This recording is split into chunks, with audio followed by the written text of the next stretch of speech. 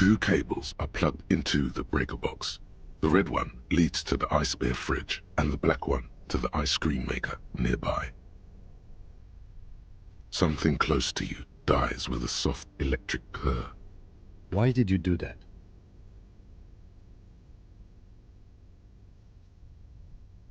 The lieutenant raises his brows, but doesn't say anything. The electric distribution board now has one cable missing. An electric sizzle. The room is slightly quieter now.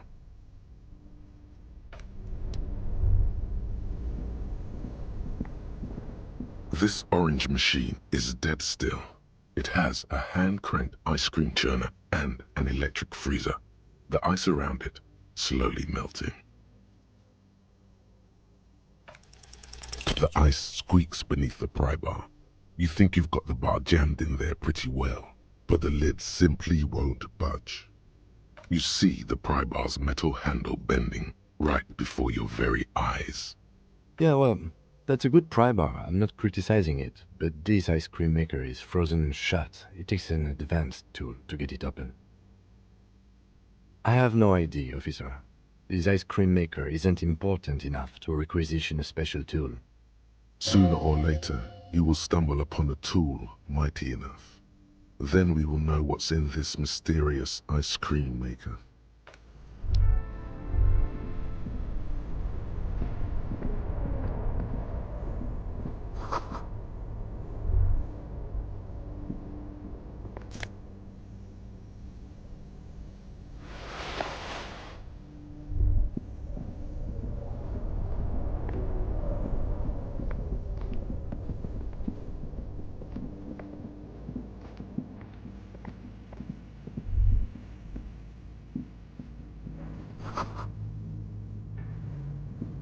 A thick layer of coal dust covers the furnace, coloring it pitch black. Looks like this furnace has a face, and it's a face of agony. It's dark and grimy here. In the darkness you can hear chatter. It's coming from above. A voice or several voices talking to each other. Near the smoke chamber, upstairs. What are you doing?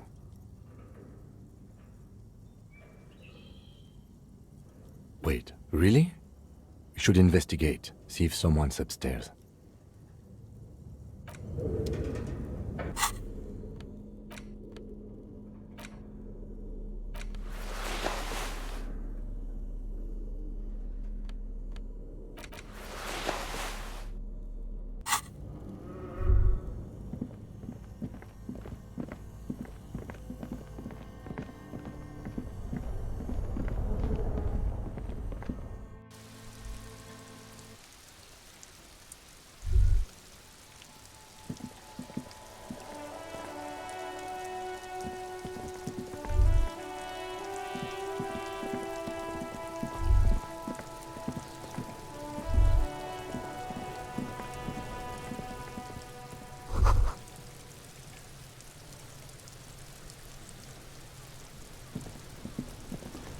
This trash container is locked. The sliding lid has a padlock that says, "Whirling in rags." There's something in there, not necessarily connected to the case, but still. The body is downwind from here. Maybe you prefer the smell of garbage to the smell of death. Trash, food waste from the cafeteria. They lock these containers to keep the derelicts from flocking in. Could be evidence too. What do you mean, feel?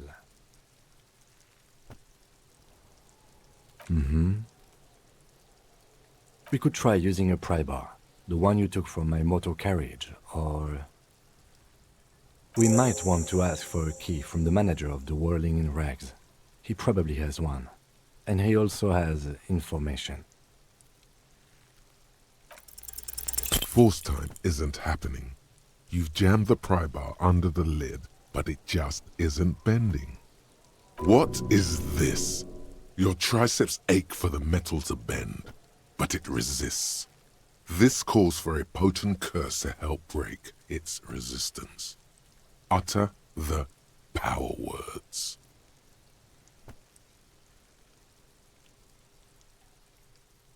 The quality of metal is not the problem. From what I see, it's sturdy enough. There's a creaking sound as the pry bar slips under the lid. You hang from it like a moron, huffing and puffing. Clearly the technique is wrong, but nothing else comes to mind. Let's ask the manager for the key. This is clearly not working.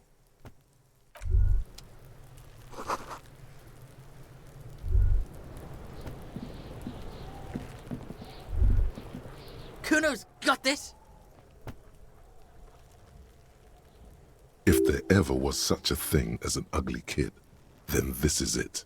He's almost exquisite in his ugliness, like a gremlin. Oh yeah, nappa gumpy,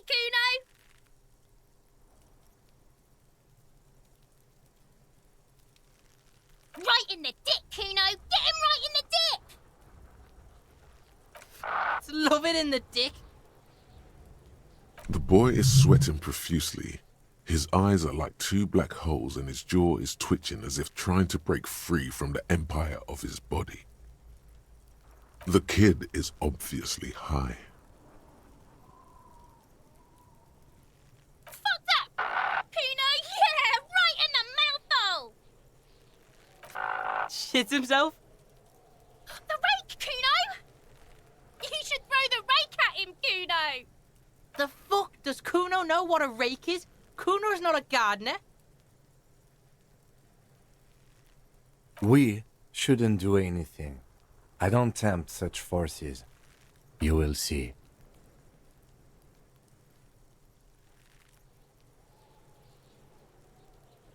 Alright, entertain the Kuno. Show me what you got. What you got there? What you got, huh? Show me what you got. Right, pig. This is where Kuno plays with his little wooden choo-choo. What do you want with it? Don't be wondering about Kuno's shit, pig. Fuck does Kuno care about your hunch? That's your shit. You figured it out. Yeah, whatever. Kuno doesn't give a shit. Shitload, pig. What's your question? Don't tell the pig shit, Kuno! Pig's choking! He's totally choking! If I were to want to waste my time, which I do not, I would ask them who he is, how he got there, and the usual. Kuno's fuck imp. Kuno uses the fuck imp for target practice. End of conversation. Very strong. You should be this stoic. Probably climbed. Kuno was busy down the road when that shit went down. You heard Kuno. Kuno wasn't even in Martinez. Kuno wasn't in Revachol. Kuno wasn't regional.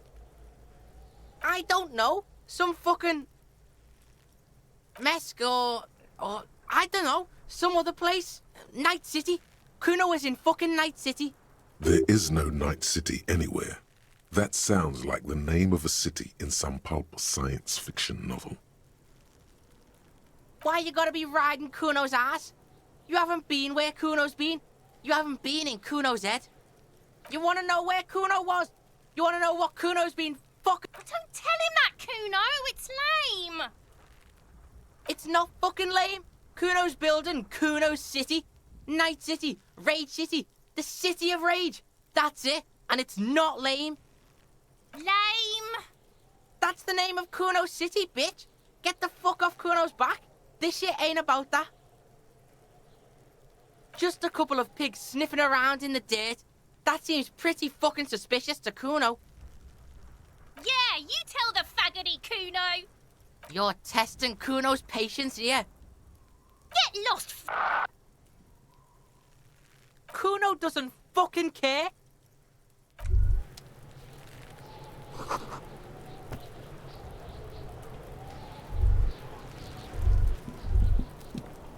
There are several footprints in the mud, left by work boots.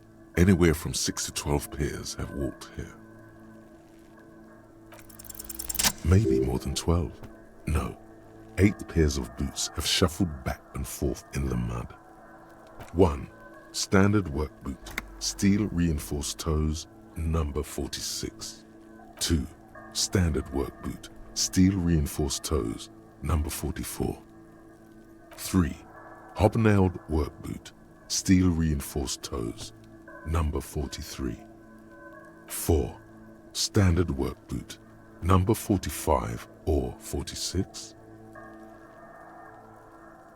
5.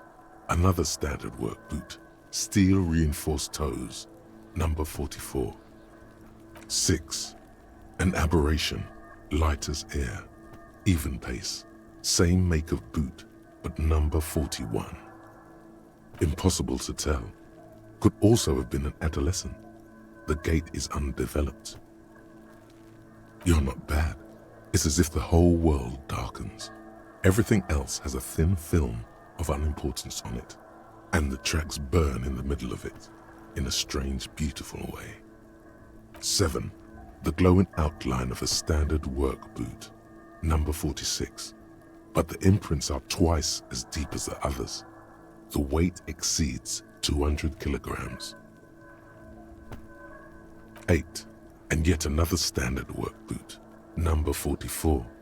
There's an aberration in the pattern of the sole, however. The right sole is smoother, more worn. How many?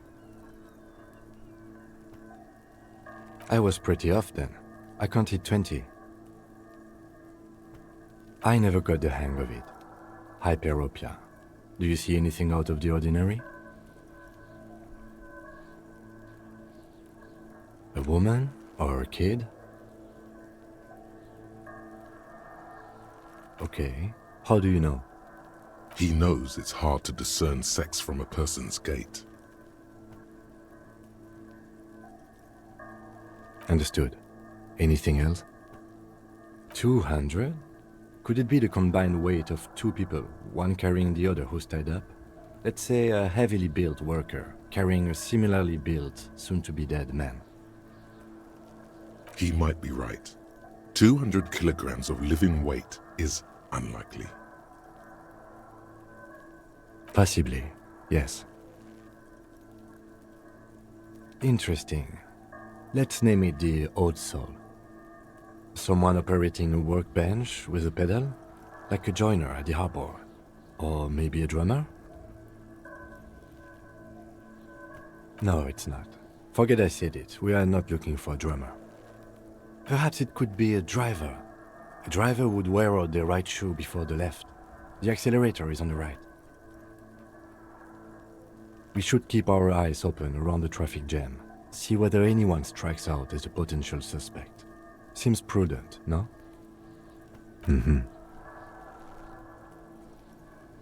A week, maybe? 7 days would fit the time frame provided to us by the caller, who reported the hanging. It is not impossible. I pulled last week's forecast for coastal Revachol. 7 days below freezing. The day before, the day of his hanging, was the last warm day. Correct again. Sub-zero temperatures would preserve the tracks in a good state. The commotion here could have taken place a week ago. What do I think? A mob of people brought something heavy to the tree. One of them was carrying the victim. They shuffled around, especially under the tree. Then, after hoisting him up, they stood in a semicircle facing his direction. At first glance, this appears to be a lynching. Indeed, they all stood in a row here and looked at the tree.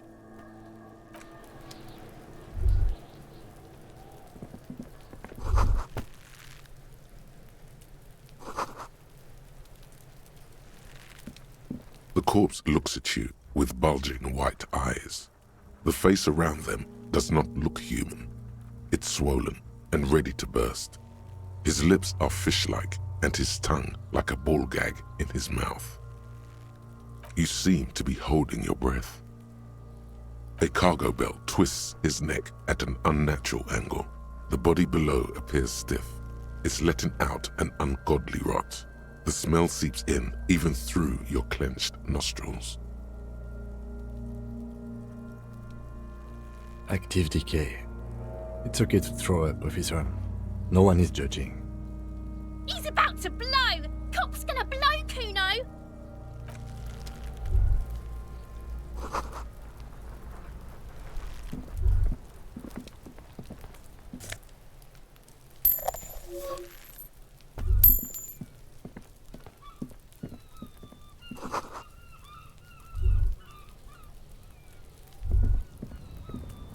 an inconspicuous pile of the roofing material Eternite. Because it's nice and orderly, well-laid pallets, easy on the eyes. No, there's more to this. You get this strange feeling. Hard to say. It's gone now. Feelings pass, you see, especially the small ones. It's nothing. Someone just left some roofing material slanted against an old shack.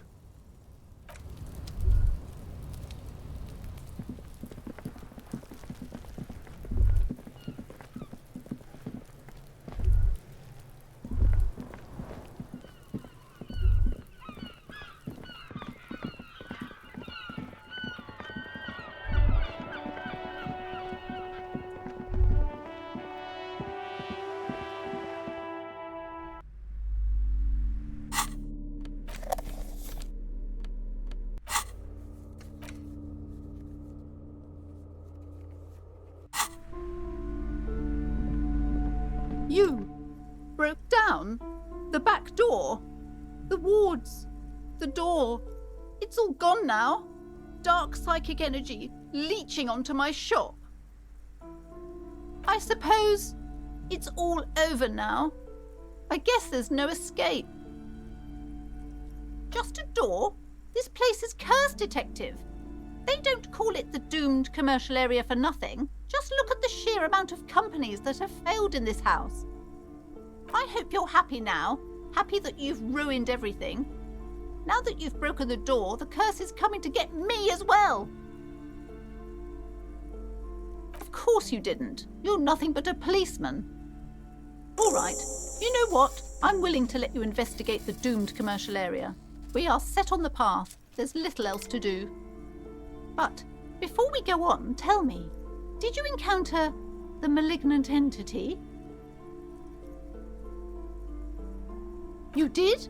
Then it has to be true. I've suspected that this woman-shaped energy must be connected to the curse ever since I first saw her. Did you see that she lives inside the chimney? Yes, that chimney is part of the building's central furnace, and it's enormous.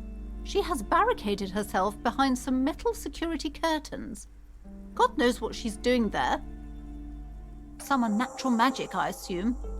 You should go find the entity and ask what happened to all the companies in the building. And do return to me after you've talked to it. I'm quite anxious to know what she has to say about the curse. If you're really interested in cracking this mystery, then we should go back to the furnace.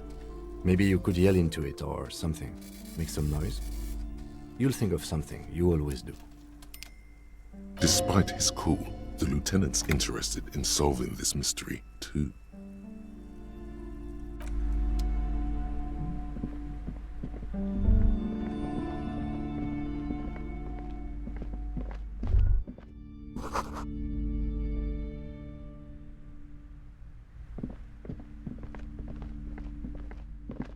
Several maps have been attached to a bulletin board hidden inside the alcove.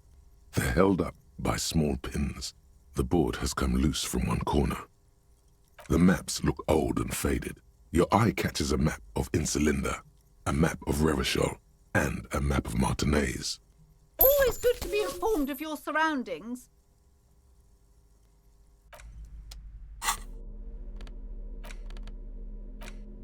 The worn map features the patchwork grid of the streets of Martinez, with directions to appropriately touristy locations. Year 48 resides on the upper right corner.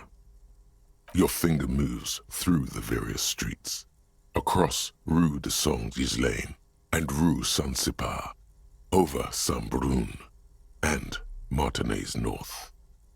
Finally, coming to a halt on the spot where you are currently standing, although the map gives no such indication itself.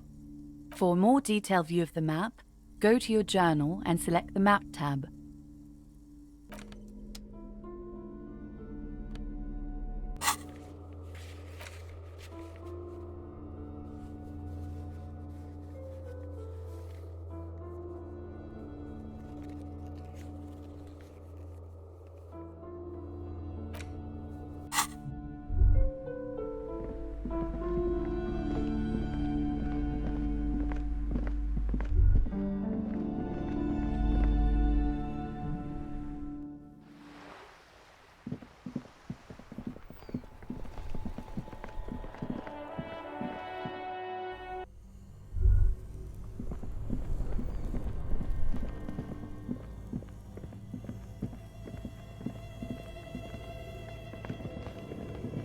thick layer of coal dust covers the furnace, coloring it pitch black.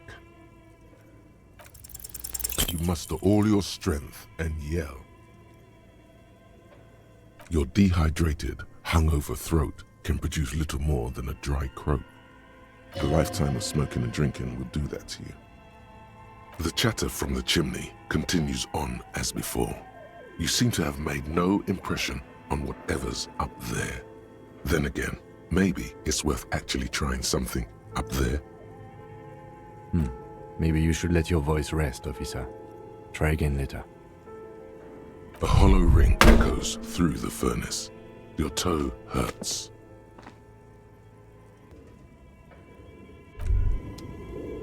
Bent metal, broken glass. Your path lies strewn with the broken forms of everyday objects. You are the destroyer, the bane of inanimate matter. Look, there's a discarded milk carton on the floor. Why don't you destroy that, too? Kudos.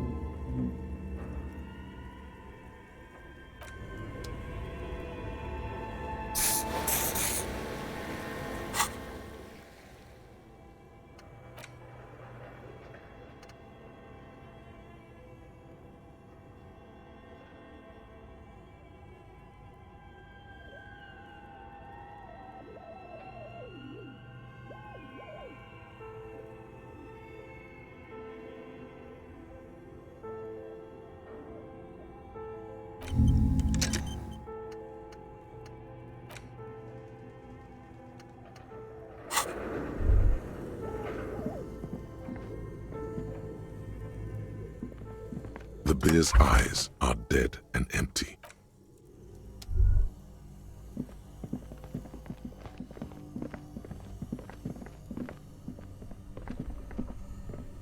This orange machine is dead still.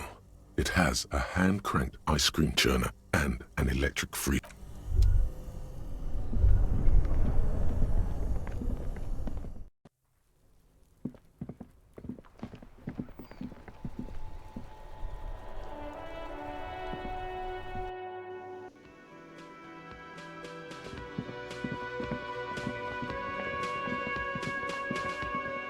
Can I help you?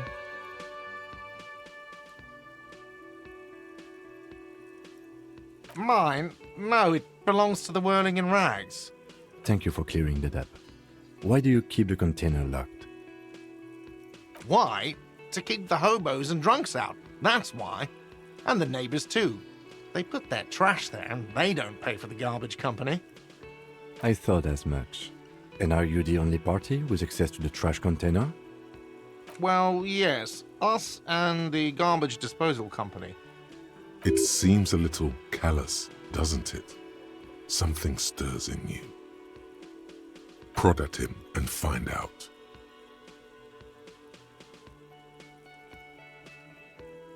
Callous? What are you, Kras Mazov? Almost all establishments in Revachol keep their trash locked. The Whirling in Rags is not special in that regard. Krasmazov, nom de guerre, was an economist and a historical materialist. He was a leading figure on the Grad side of the Centennial Revolution, where he headed the 9-day government. Mazov is considered the father of scientific communism, Mazovian thought, or Mazovianism. He killed himself. What are we talking about? Was this not about the trash container? Was there something you wanted? What for? Mazov? Are you planning to nationalize my trash container? It concerns the case. Please cooperate. Just bring them back once you're done, please. Absolutely out of the question. Absolutely in the question. First we find a sad banger. Then we sing this place to shit.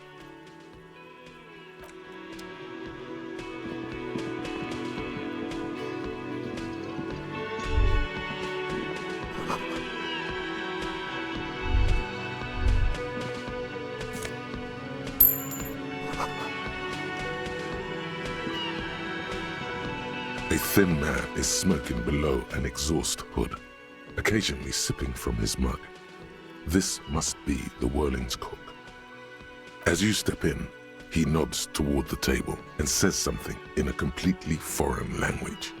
The only words you can make out are godersi and Quebec. It must be his name. Godersi. Godersi Quebec. Sounds representative.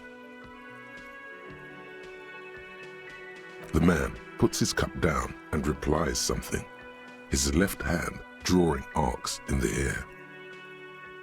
He smiles and bangs his ladle against each of his pots in turn. It's almost like music, especially with the sounds of assorted dishes boiling and simmering on the stove. You see a heavy steel door with a prominent dimple lock. It's painted blue. You immediately feel drawn to the color. Blue is for mystery. The door does not budge. You do? It's a door in the back of the kitchen. Why do you care where it leads?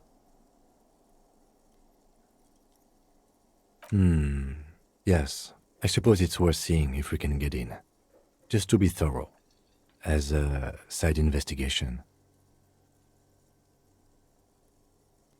If you say so, Gart is the person to ask about this. The cafeteria manager.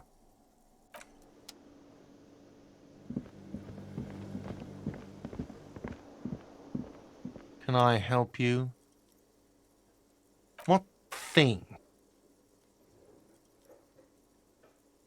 Oh, yes, that door, sure. There's nothing mysterious about it. It's just a door. No, I don't have a key. I don't know how to get there. And I don't care either. It's not like I've been wondering about it for 10 years. It's just a frit warehouse, probably. Or some boring storage space with a bunch of old junk and dust. Junk and dust. He's attempting to maintain an air of indifference. It's absolutely not convincing. Fine, okay, a little. But my job doesn't leave me time for wondering about one locked door in one of the cafeterias I manage. So I haven't opened it. I have cleaned the whole place 100 times over, though, after the animals. And I haven't found a key, so good luck with that. Yes, not the whole damn union, thank God. Just the nastiest and loudest faction. They come here in the evenings. Dumb, unruly types. Think they're big shit. But they're good customers. They place big orders and always pay on time. We should find out who this Lord faction is, occupying the booth. Loudness means talkative, and we need info. We don't. We have to wait. They'll show up sooner or later. Men get hungry, even striking men. If not today, then they'll be here tomorrow. What? By the way, you should come back to this thing-based questionnaire if you see anything interesting in the whirling later. Another thing. Great. I love those. Yes?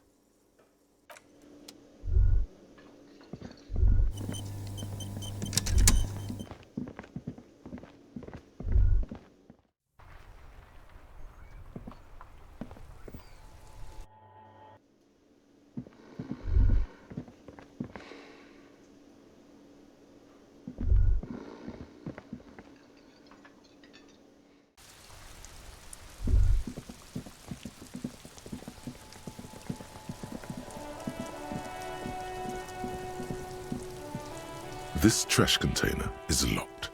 The sliding lid has a padlock that says, whirling in rags. With a well-oiled crack, the lock pops open. It should now be possible to simply raise the lid. Don't. Maybe you shouldn't. There is, but you won't like it. Sweat forms on your brow. The smell of rotten food rises to greet you. You see soggy cartons, dirty rags, and organic waste. We're just in time. This hasn't been emptied for over a week. You see milk, an egg rest with one broken egg in it, some pasta wrapper. Picking up the soggy packages somehow feels familiar. A box falls into pieces in your hands. Batiste Soleil cereal. There are plastic pasta packages below, and turbo noodles. Nothing of note, however. Among the threadbare kitchen towels, something catches your eye. A pair of denim trousers. As the legs of the slime-covered jeans begin to unspool from the garbage, a rank corpse smell fills the air. The victim's clothes? Cadaver odor is faint. If these belong to the deceased, they were removed when he was still in the early stages of decay. Drop them in here, officer. Guitar-marked blue jeans. Pockets empty or emptied. He wore them with a belt, too, a white belt. The loops appear stretched, but the belt is missing. That's it. Do you see anything else in there? I have another bag here. Something slimy catches your eye.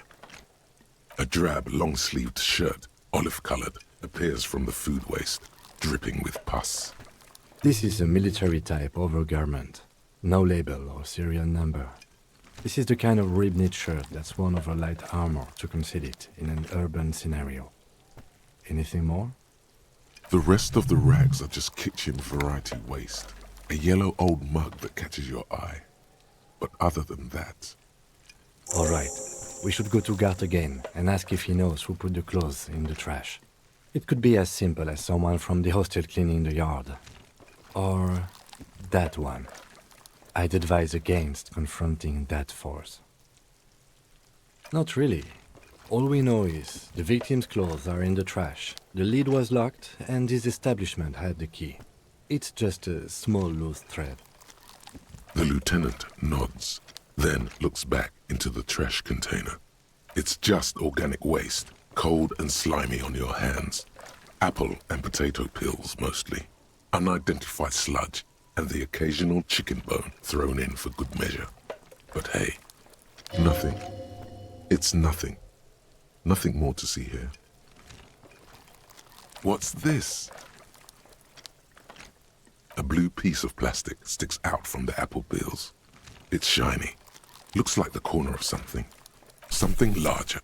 A clipboard. A blue plastic clipboard with moist papers hanging from it. They look badly damaged, but you can still make out forms and notes, written in a man's handwriting. Officer, is that your paperwork? Yes, it is. Look. This plastic has the RCM street grid on it. You've even got an autopsy form. If you don't mind me asking, how did this get in the trash?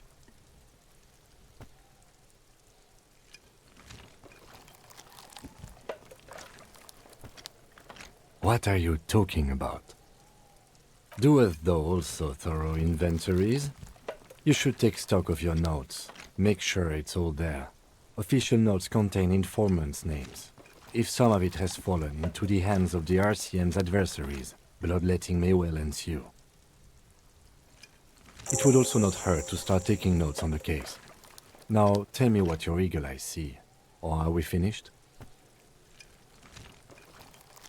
Some items, such as the ledger you found, are interactable. Go to your inventory and select the Interact tab to read your paperwork. You pick out a broken mug with an oddly racist depiction of the yellow man frolicking in saffron. Only in its social sensibility. Mm-hmm. The container sounds a muffled gong. That's one thing off the list. I think we got it all.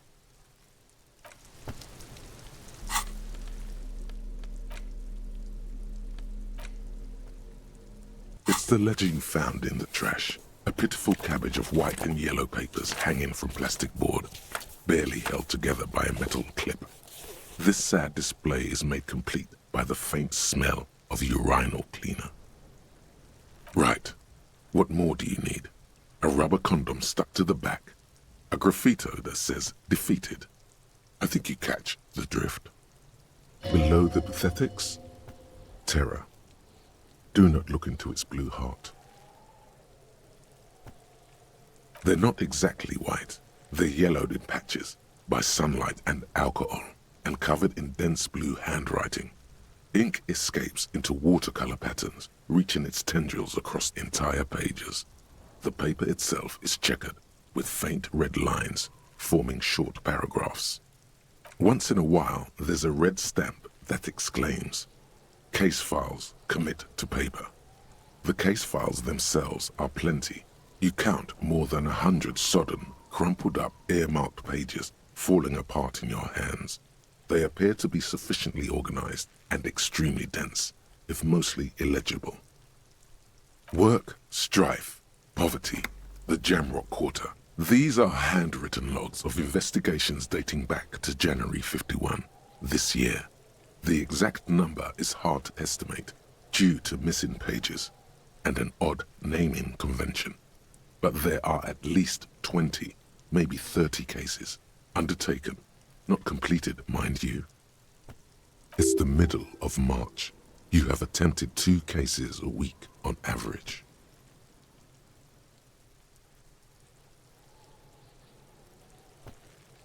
Huh? 2 complex cases to undertake is a lot, yes. You really have to push yourself. I would not suggest it, lest you start making mistakes. 2? That's a lot. I didn't mean to say you are making mistakes, by the way. That was presumptuous of me. It's okay. We all make mistakes. Like a fan of gills, the checkered papers dry in your hand. The handwriting is extremely dense, if mostly illegible. There is, for precisely 1 more. 15 pages near the end remain untouched by the damage. The checkered grid forms a structure of passages, breaking the case into subtasks to accomplish. Sadly, the ledger only comes with an old, worn-down lead pencil. It's unfitting of this monumental event. The lieutenant looks at his blue notebook. 2 fat, shiny pens hang from the binder, like large caliber bullets on an ammo belt. He is not really saying anything, just standing there, looking at them. Know that I give this to you with resentment. The tasks you've completed flow out of the blue oblong pen in a brash freehand uncannily similar to the rest of the letters. The wording comes easily. It's almost robotically simple, a language developed for mental rigor and simplicity. Inspect the victim's body. Interview the cafeteria manager. It's not exactly poetry, but poetry would be out of place.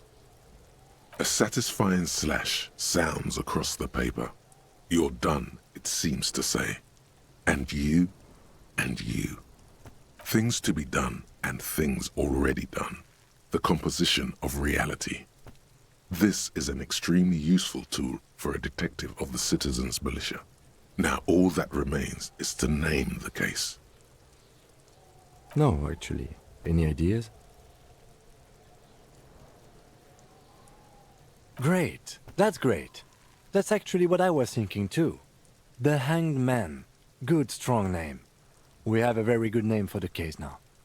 I'm going to start calling it the Hanged Man. It's good we sorted this out. Yes, it appears you employ a, shall we say, robust yet literary system. Each investigation has its case number written on the margins. Yet, still more tellingly, most are accompanied by a name. A title, one might say even. One that draws inspiration from snoop fiction and vespertine cop show staples. Yes, all caps. One is called The Next World Mural. Another, The Square Bullet Hole Murders. Another yet, The Unsolvable Case. Others appear more light-hearted. The Guys on a Couch in an Unexpected Location, and The Murder at the Uka Parlor. Even the rare article-free Collapsing Tenement. Murder features prominently throughout. You like this grimy murdering, don't you? No, you don't. You're a human measuring instrument, almost entirely intellectual. It's going to take an effort to piece these case files together, but it can be done, once you're done inspecting them up close. Yes, how very childish of you. In your and my defense, almost everyone in the RCM uses the titular system, in addition to the official alphanumeric. It's a holdover from the early days of the RCM, right after the revolution, when the organization had little idea how to do things. It persists in an unofficial capacity. Officers use these titles to refer to their work among themselves. Again, in your defense, I seem to have named one the man with the hole in his head. That was a real person. His death was real. Still, I named it that, to amuse myself. I pray his loved ones never find out. Rail spiked through the head. He died. It was a workplace accident. You don't exactly close them, so much as distance yourself from the smelly papers. They're a little further from your nose now.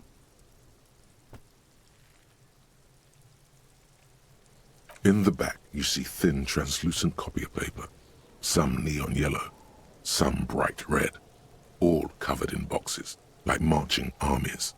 These look like official forms, waiting to be filled out. Then rip them from the binder and hand them out, according to type of form. 3. The topmost are misconduct fines, the middle ones are station calls, and the bottommost are field autopsy forms. Each is easy enough to make sense of. You don't have to be an intellectual giant to do police work. A monetary penalization ranging from 20 to 250 real. Severe cases allow for 1,000 real, but that requires special paperwork. The details of issuing these fines are spread out over the rest of the fields. These are quite sinister in tone. They give a date and time for the person to appear at the specified precinct police station. Below the call are the criminal charges you risk by not appearing. A dozen pages of thin copy paper, bright red in color. You see the parameters of a deceased human form waiting to be filled in. Age, sex, condition of internal organs, color of the irises, predation marks, condition of sexual organs. Yes, all that remains now is to fill those forms and hand them to people. Fines for wrongdoers, interview requests for bad guys, and the rest of the stinking cellulose is much worse for wear. Being sandwiched between the board and the rest of the paperwork must have spared the fragile copier paper. An aluminium block runs the width of the board, biting down on the paperwork. Its crocodile teeth are the only thing keeping the papers together. A regular pencil, the tip worn down to nothing, has been attached to the clip. The surface is interrupted by a silvery sticker. It's rectangular, sparkling with iridescence. You don't know how you didn't notice it before. What? That thing. It's a halogen watermark. We use it for adding information to RCM property. It depends. Aside from an anti-counterfeiting stamp, mine has my station number and address. The information varies by date of issue. How many years you've been on the force, he's thinking. It'll have that. Any capable light with the right wavelength will do. All RCM vehicles have headlights designed to reveal halogen watermarks. Mine too. This means you can read the watermarks if you just turn the lights on. Okay. While a bunch of sodden papers sag from the clipboard in your hand, it's a sorry sight. It's proving to be harder than expected. You just don't have the intellectual rigor to patch the quilt back together. Try again later.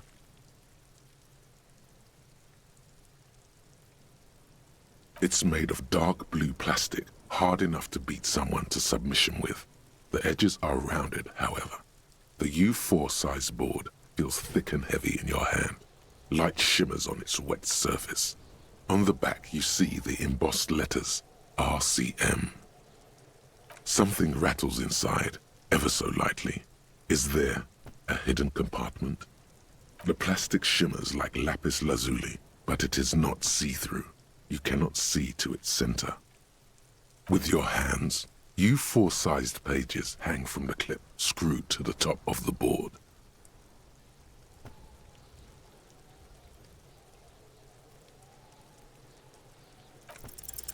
Is not what you end up doing. You squeeze the plastic to slide it open, but nothing happens. Then you bend it some, then crack it. The goddamn thing is stuck. A hot flash of rage comes over you. For a moment there, before it recedes, you feel as though you might just squeeze a tear of anger out of your duct. Makes you wonder, why? The ledger quivers in your hand. As it shakes, the pages rustle. This pathetic mess suddenly afraid of you for some reason.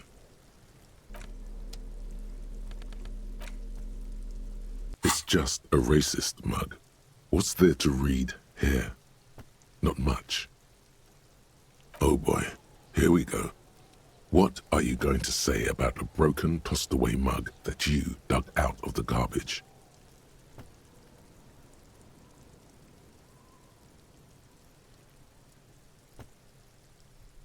But it was in the trash. Why not just call it out when you see it? Or do some volunteering work. Just finish your case, detective.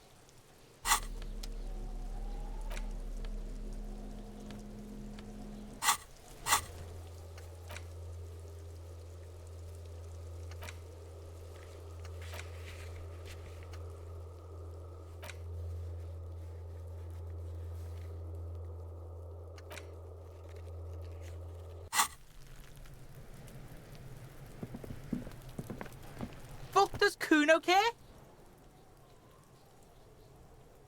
The fuck about it? You're testing... Get lost, Yeah? The kingdom of Kuno? The fuck do you want with it? Yeah, Kuno doesn't know shit about that. That shit is beneath Kuno. Listen, listen. Kuno doesn't care about this small-time shit. Just listen. Kuno saw what you did there, dumpster diving. Sad shit. Kuno could hook you up with some sweet rags. Shit like Kuno's wearing. Your size, good price. 500 real.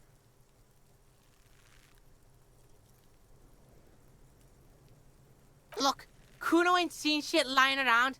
Except for that up there. Now you want performance gear or not, Grandpa? The lieutenant remains silent, but his expression couldn't say, "I told you so," any louder. Whatever. Kuno was trying to help you, but you're too fat for fouling anyway, pig. That's just some shit roofing gimps left behind, lazy dinks. There it is. That strange feeling again. As if there was more than meets the eye about that pile of roofing material.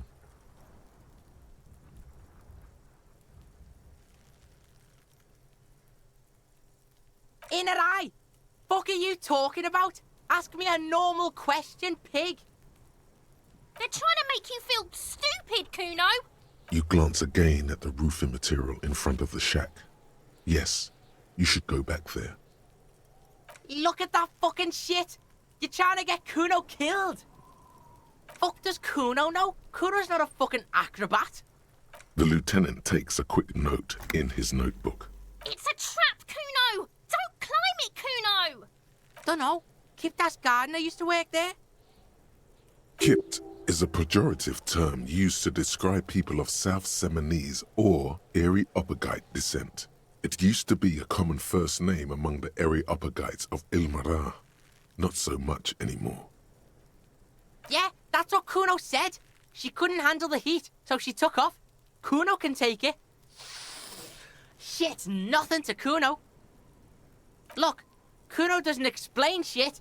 Kuno just says shit. Yeah, her. The fuck? A mug in the trash. Is this about the fucking clothes again? Yeah, Kuno sees where this is going. Kuno's got that fast brain. You saying you pigs are after the mug fucker 'cause he's the clothes fucker? I can't hear you, Kuno. Speak louder, Kuno. Shit, that's tense. Someone's going to the beat-down basement, huh? Mug guy gonna get tied to the radiator. The kid may have something there. He's already come up with an interrogation technique too. Kuno doesn't know who put that shit in there. And if he did, he wouldn't squeal. But if you find out, maybe you can... Stop turning into a pig, Kuno. They're trying to get you hooked on the snitching. Get away from my Kuno. Yeah, get your bacon shit away. Kuno doesn't like to be seen with the popo. Get your shit done and out of Kuno's face. Yeah, whatever. Kuno doesn't give a shit. Kuno doesn't fucking care.